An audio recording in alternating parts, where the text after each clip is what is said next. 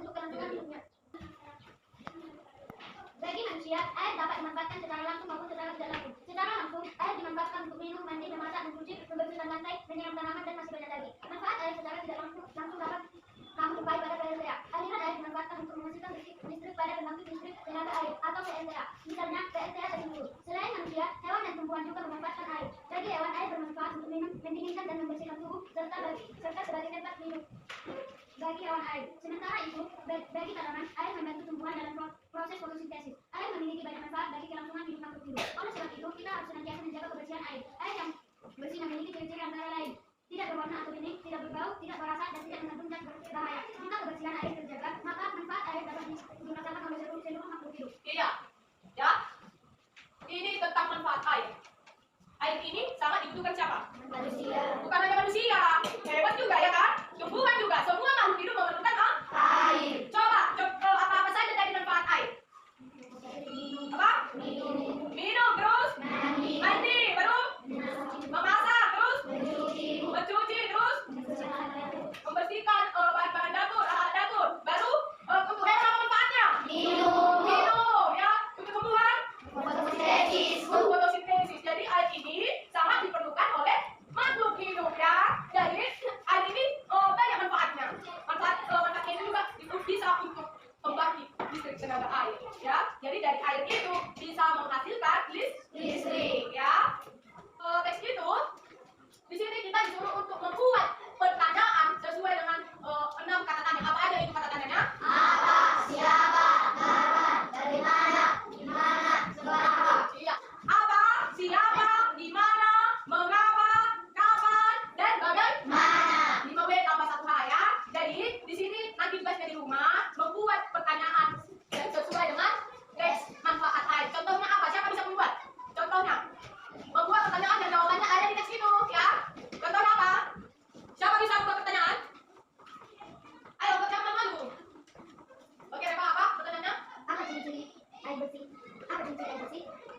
Oke, bisa ya. Apa ciri-ciri air bersih? Kemudian kasih jawabannya ada di situ kan? Ya. Iya, nanti kamu buat tugasnya di rumah, membuat pertanyaan 5W tambah 1H itu, kemudian kamu buat juga jawabannya ya, sesuai jawaban yang ada dalam teks. Oke, paham?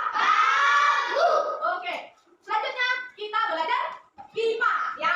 Coba perhatikan bukunya halaman 8. Sekarang kita mau pelajari tentang siklus air ya. Tadi kita sudah mempelajari tentang manfaat air. Sekarang kita mempelajari tentang siklus air. Ibu mau tanya, ya, siapa pernah melihat hujan turun?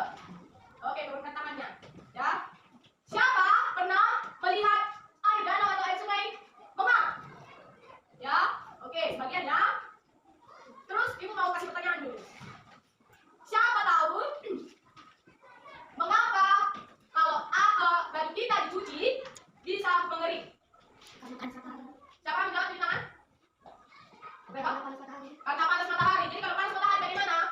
Oh, air yang dikain menjadi Menguap. Tahu nggak proses menguap? Oke, sebagian tahu, sebagian lagi enggak ya. Jadi kita lihat nanti proses menguap ya. Jadi nanti ibu tunjukkan videonya ya. Jadi ibu tanya lagi, siapa tahu mengapa air di bumi ini tidak pernah habis? Pernah nggak habis? Jadi kenapa air di bumi tidak pernah habis? Dan begini nanti cacingan. Ya, oke, Solina, kenapa? Karena mengalami siklus air yang bagaimana? Kurang paham ya? Belum paham ya? Nanti itulah yang mau kita belajar saat ini ya. Jadi coba lihat teks yang halaman 8. Dimulai dengan halaman 7 ya. Siklus air itu adalah apa? Proses perputaran air yang terjadi secara terus-menerus dari permukaan bumi ke atmosfer dan kembali lagi ke permukaan Bumi. Jadi dari permukaan bumi naik ke atas, turun lagi ke bawah. Itulah berputar terus ya. Jadi siklus air memiliki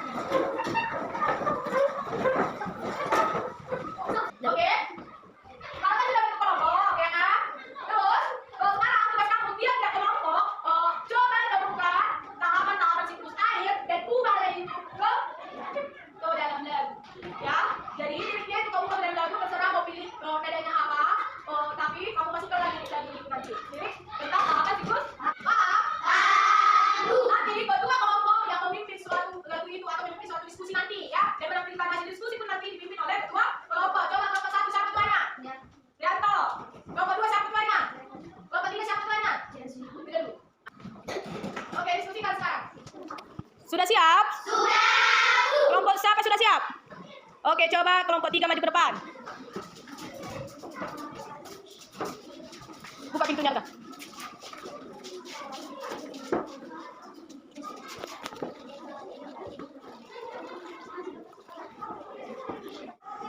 Baik teman-teman, kami akan membacakan hasil diskusi kami.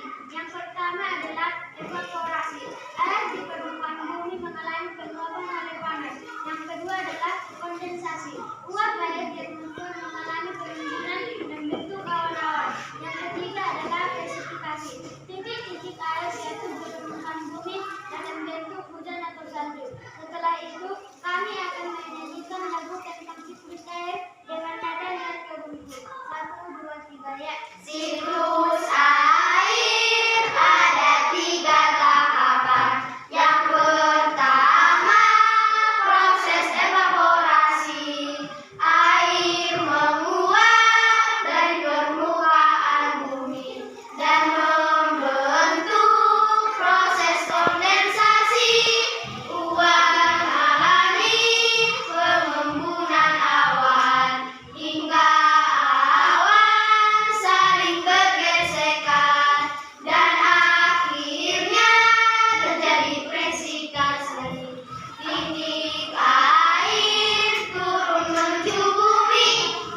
Oke, tadi dari hasil diskusi kelompok 3 sudah tahu 4 tahapannya, mulai dari evaporasi, kondensasi, presipitasi. Dan lagunya juga sudah bagus ya, kreatif kelompok 3. Beri tepuk tangan kepada kelompok 3. Oke, silakan dulu.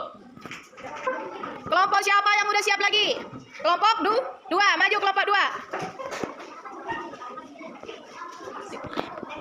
Kami akan membacakan hasil diskusi kami. 1. Evaporasi adalah air di permukaan bumi yang mengalami penguapan oleh panas dan uap air akan menuju atmosfer. 2. Kondensasi adalah uap air yang di atmosfer mengalami pengembunan dan akan membentuk awan-awan. 3. Presipitasi adalah titik air jatuh menuju permukaan bumi dan membentuk hujan atau salju. Dan hujan atau salju akan berjalan oleh lautan. Baiklah teman-teman, kami akan menyanyikan lagu nada Bapak Abraham 1 dan 3, ya. Evaporasi mempunyai banyak sekali aliran air di permukaan bumi mengalami penguapan oleh panas. Kondensasi uap air di atmosfer mengalami pengembunan. Presipitasi titik air jatuh menuju bumi. Oke, kelompok 2, hasil diskusinya sudah bagus, sudah sesuai dengan tahapan siklus air. Ada 3, yaitu dari evaporasi, yang kedua kondensasi, yang ketiga presipitasi. Dan sudah dijelaskan, lagunya sudah bagus, tapi masih sedikit kurang sesuai dengan nadanya. Tapi tidak apa-apa, sudah kreatif dan sudah mantap. Tepuk tangan untuk kelompok 2. Oke, silakan dulu kelompok 2. Kelompok 1 udah siap? Sudah. Oke, maju kelompok 1. Tinggal kelompok 1 kan? Baiklah teman-teman, kami akan membacakan hasil diskusi kami. Evaporasi yaitu air di permukaan bumi mengalami penguapan oleh panas dan uap air akan naik menuju atmosfer. Dan setelah itu akan terjadi kondensasi. Uap air di atmosfer dan mengalami pengembunan membentuk awan-awan. Awan-awan yang semakin tebal mengandung banyak titik-titik air dan akhirnya saling bergesekan. Dan akhirnya terjadi presipitasi, yaitu titik-titik air jatuh menuju permukaan bumi dalam bentuk hujan atau salju. Aliran air dan atom hujan yang mencair bergerak menuju danau atau lautan.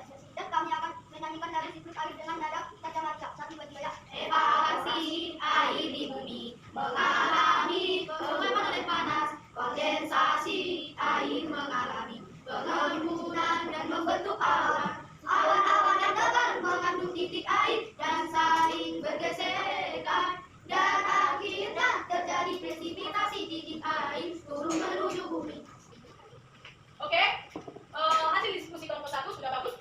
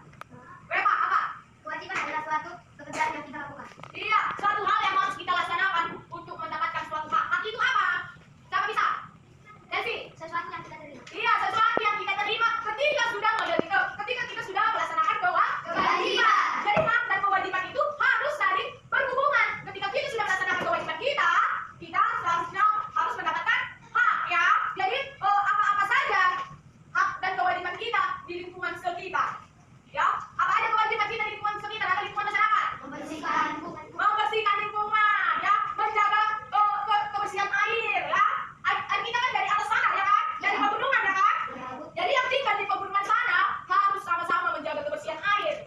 Ya, supaya apa? Supaya air minum yang kita minum yang mengalir kepada kita terjaga bersih dan sehat ya. Apa-apa aja kewajiban kita yang lain di lingkungan masyarakat? Ikut bergotong royong, apa lagi? Iya, membersihkan selokan sampai bergotong royong ya. Jadi kalau sudah kita laksanakan kewajiban itu, maka kita akan mendapatkan hak. Apa hak kita kalau kita sudah membersihkan lingkungan? Mendapatkan udara yang segar. Kalau kewajiban kita tadi membersihkan pusat air kita, apa yang kita dapatkan haknya? Mendapatkan air bersih. Karena air ini banyak manfaatnya, ya kan? Kalau mendapatkan air kita, ya kan? Kalau kotor air kita dari gunung sana, air minum nggak bisa, mencuci kain pun jadi kotor lagi nanti kainnya. Nanti pun jadi banyak nanti tanah mana di tubuh kita ini kalau kotor airnya, ya kan? Jadi nggak bersih nanti. Jadi harus dilaksanakan kewajiban kita dalam lingkungan sekitar supaya kita mendapatkan hak, ya. Jadi kewajiban itu harus dilaksanakan dengan penuh tanggung jawab, ya. Jangan mengerjakan sesuatu hal itu dengan setengah-setengah. Ya misalnya, sekarang kamu bersihkan dulu setengah air itu, ya. Besoknya lagi nggak kamu bersihkan, ujung-ujungnya tetap kotor kan? Tapi kalau dilaksanakan dengan penuh tanggung jawab, harus sampai bersih, maka haknya juga penuh total nanti mendapatkan air bersih, ya kan? Sampai di sini paham? Oke. Dari yang kita pelajari, kita dapat menyimpulkan dari ketiga pembelajaran kita hari ini. Yang pertama itu apa? Bahasa Indonesia tentang apa? Teks non fiksi dan fiksi. Apa itu teks non fiksi? Itu suatu teks kenyataan, realita yang ditulis sesuai dengan kenyataan kehidupan sehari-hari. Kalau fiksi itu teks karangan. Contohnya apa? Dongeng, cerpen, novel dan lain-lain ya. Terus yang ketiga kita mempelajari manfaat air kan? Ya kan? Apa itu manfaat air?